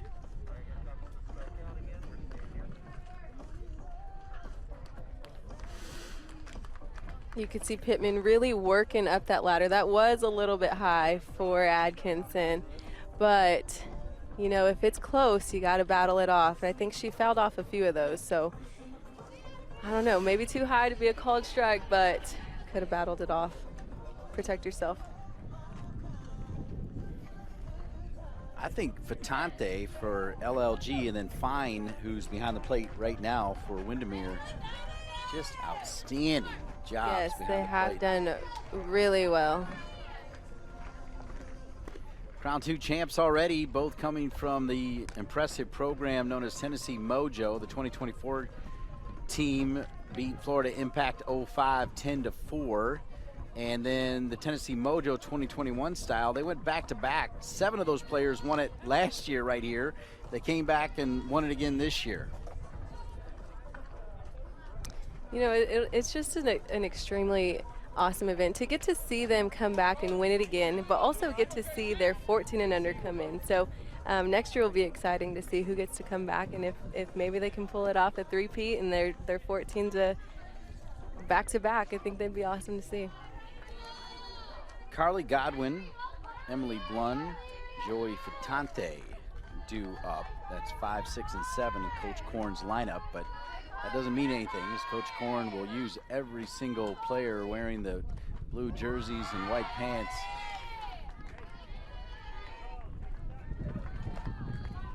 Godwin, 1 for 2, he's got an RBI.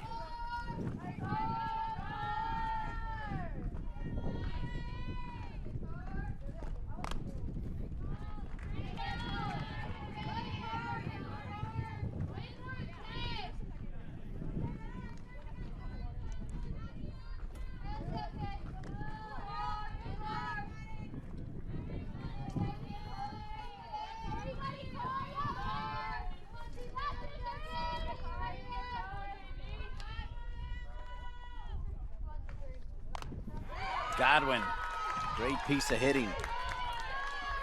Over the shortstop's head and a base hit.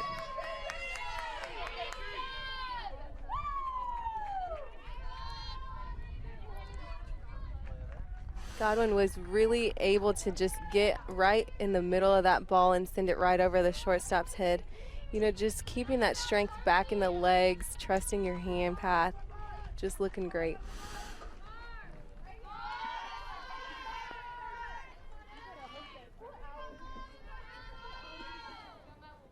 So Coach Korn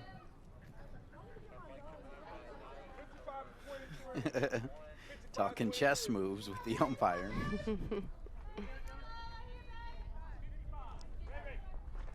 I believe it entails a pinch runner after all of that, because Blum's still going to hit. And here we go.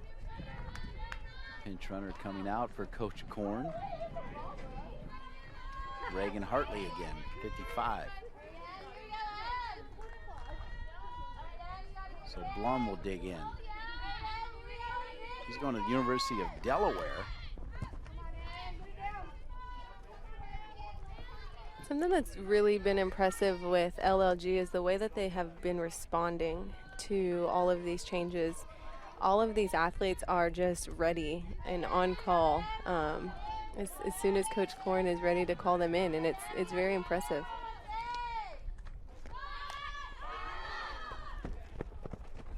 So Emily Blum will be a Fighting Blue Hen in 2021.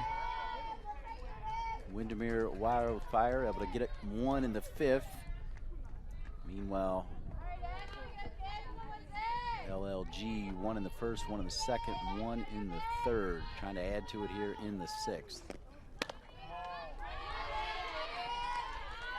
Going the distance in the circle for Windermere has been Morgan Shannon.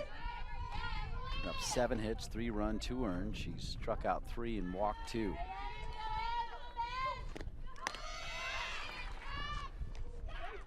And safe at second base on the tag. Now she struck out 4 as Shannon gets Blum to strike out.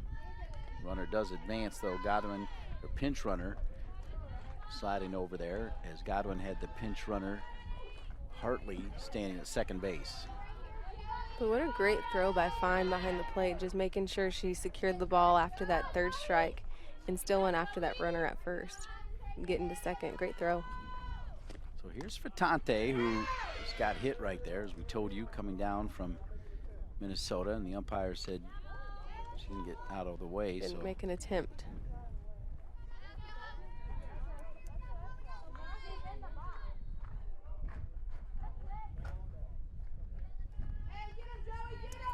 Yeah, so one of the rules here is you have to make an attempt to get out of the way of the ball. So I think just the fact that she stood there and just let it hit her, it's not gonna, gotta attempt.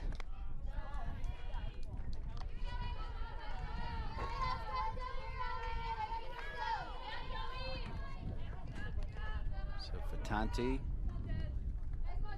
called back. She's 1 for 1 already. Sits on that one.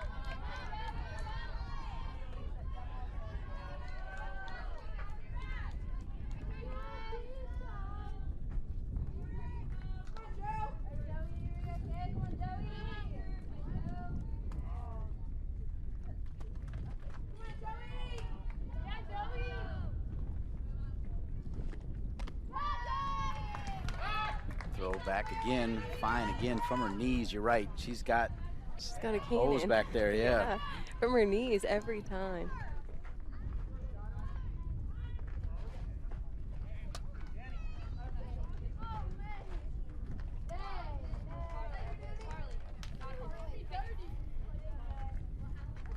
So Fatante now standing at first base. Got there eventually. Godwin still at second.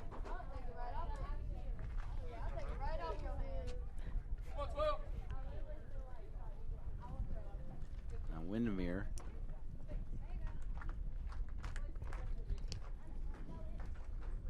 with Maddie Lawson and Allison Benning both walking over to Coach Korn. There's just one out here in the bottom 6, and the lead is slim, just 2. And we can tell you that the top of the order is coming to the plate for Windermere in the top of the 7th with their championship lives on the line.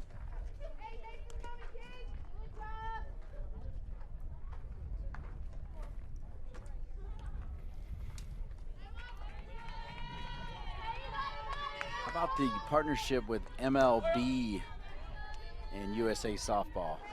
Yeah, so that actually started in 2016 with the Play Ball initiative, where we are targeting collectively with MLB and their youth department. It's actually called Baseball and Softball Development. They're focused on helping the game grow. And so with the Play Ball initiative, we take this event to all different cities where they may be lacking numbers of youth participants. And we try to introduce them to the game. It's a cost-free event, and our goal is to just give them an opportunity to try it and then encourage them to continue to play either in their local associations or local RBI leagues. but our goal is to really just introduce them to the game, and that's with the Play Ball initiative. A Play Ball event is a cost-free event, and we run the kids through 5 different stations, and they learn how to run the bases, they learn how to play the game. We do like a little wiffle ball game. We do a home run derby just to keep it fun. Agilities, we do ground balls and pop flies. No real equipment's required, but it's just something to keep them, or to introduce them to the game. And then when they leave, they get to get a free plastic bat and ball set,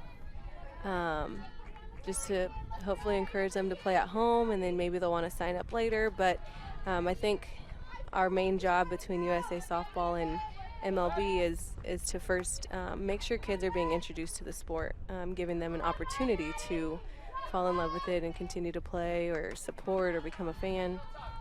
But you can't really become an athlete in softball or a player or fan unless you have tried it. So, great breakdown and a great strikeout as Shannon able to get Lawson looking with just a nasty off-speed pitch that froze Lawson. And now, once again, there's 2 outs, and give Shannon credit for fighting back here as Allison Benning will step in. She's 1 for 2.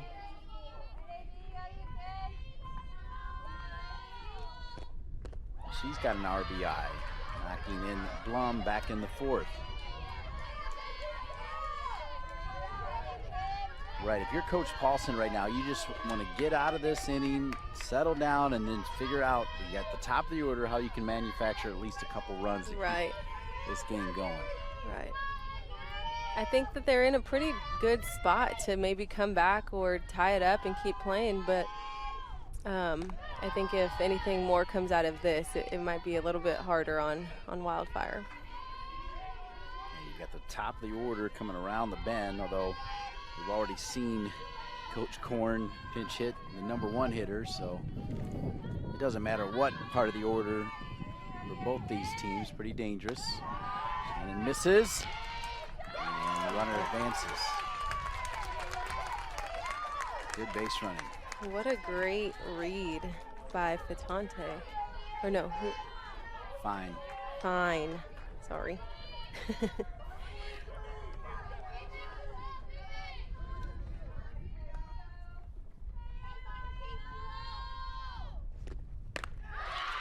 There's the strikeout for Shannon. Take one more commercial break, and we'll come back and see if Windermere can keep this championship going or if LLG is going to take home a trophy here in South Carolina.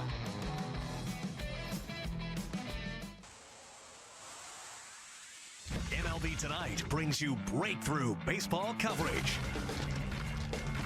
with highlights. Oh, what a play! He made the catch! Analysis. What makes a good changeup?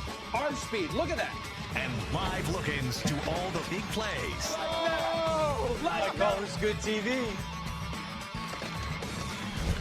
Breakthrough with MLB Tonight every night on MLB Network. USA Softball is the national governing body of softball in the United States. With over 100 national champions crowned each year, Get in, you gotta get here, you gotta get here, you gotta get here. USA Softball offers competitive and recreational softball for all ages. Find a USA Softball event near you at usasoftball.com. Here we go, top of the 7th inning. USA Softball Junior Olympic Cup Under 18 Championship game. And LLG 3 outs away from clinching that coveted championship. As we hashtag USA Softball, check us out at usasoftball.com. Dean Linke with Destiny Martinez all day. It's indeed been a pleasure, Destiny, and an honor. Thanks for letting me join the party. Enjoyed it. Yeah, of course. I've enjoyed this. Got to see a lot of different levels of play, and all great. But it's definitely interesting to see the difference from 14s to 18s. Warren handled over there by Godwin. And one up, one down, now 2 outs away.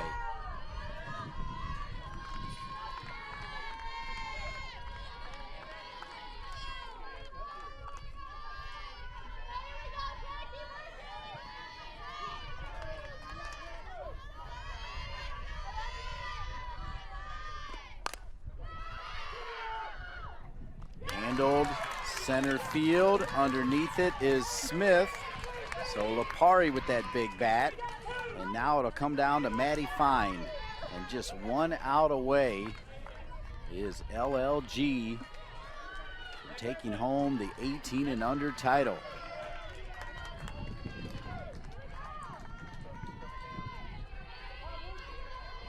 The trophy is on its way down with our staff member, that is Allison Fanning, just ready to crown the champions. So how about this? Coach Korn right down to the final play as part of this chess match is going to make one more change. And Lane Barefoot, who's pitched just 1 inning of the game, will have an opportunity to pitch in this championship game. And to Coach Korn's credit, he mentioned Lane Barefoot. She's going to go to Lipscomb. Drop baller, keeps it down. And how about Coach Korn? This is tight situation. You know, I think what he's really trying to do is give all his seniors maybe an opportunity out on the field one last time. Just based on this switch. With Lane being a senior, getting ready to go to college. This may be her last out with her team. Look at that hug. Yep. Special moment captured here. Great job by our crew. Hammond Reynolds, Joe Ferrara, Dylan Field, Austin Edwards, Brian Self, Tim Arms, Ethan Ferreira, Noah Seidenberg, Cam Newworth, Alex Carlson, Colin Thrash. Outstanding crew. I want to thank the great folks as well at USA Softball, Craig Kress, Cody Warren's kept me straight here on the internet. Julie Whitaker, pleasure spending time with her in the 16 and under game. We just saw Allison Fanning, the national teams coordinator, bringing down that trophy, and then Morgan Palmer, communications intern. And one more change as Malika Belzer is going to come in to catch this final out. And Coach Korn hoping that they can get through Maddie Fine, which isn't exactly a walk in the park. Here we go, first pitch, down low, knocked down.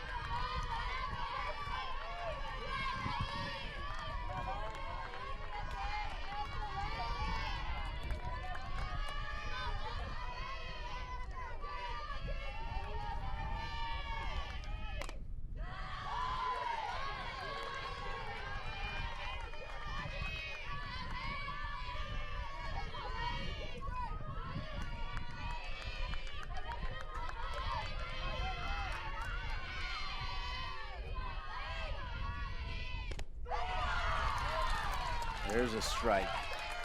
It's going to take a little bit to get comfortable in that circle. She has not been one of the changes yet.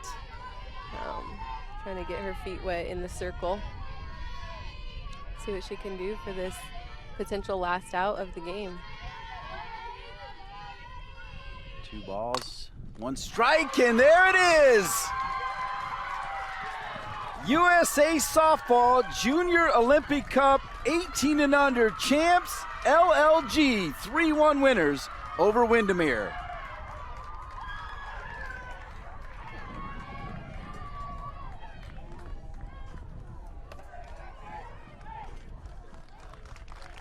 Yes, you see Julie walking down with the championship trophy to present to the champions, LLG. They played their hearts out this whole week, battled through the winner's bracket. They did have that 1 loss, but they played this whole tournament with just 1 loss. They really came out fired up, a lot of energy, a lot of fun to watch, a lot of talent, but also giving it up to Wildfire. They battled through the loser's bracket and made it all the way here.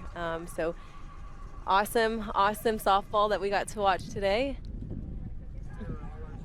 Couldn't be more proud of them. 3 champions crowned today.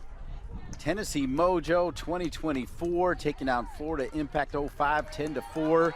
And then Tennessee Mojo, 7 players won it last year that returned with this great group, and they knocked off the Gold Coast Hurricanes 5-0. And then LLG, led by John Korn, Mr. Strategy, with a 3-1 win. I want to thank again our entire crew that you just heard, all the great folks at USA Softball, especially our national champion from Oklahoma, Destiny Martinez. Destiny, great to be with you. Thank you. Great to be with you, too. All right, hope to do it again. I'm Dean Linke. Congratulations to all 3 champions, and congratulations to USA Softball. Special shout-out to Spartanburg County as well for getting it done, and all of our great visitors. For each and every one of you, Dean Linke saying so long from softball land here in Spartanburg, where 3 champions crowned today, courtesy of USA Softball.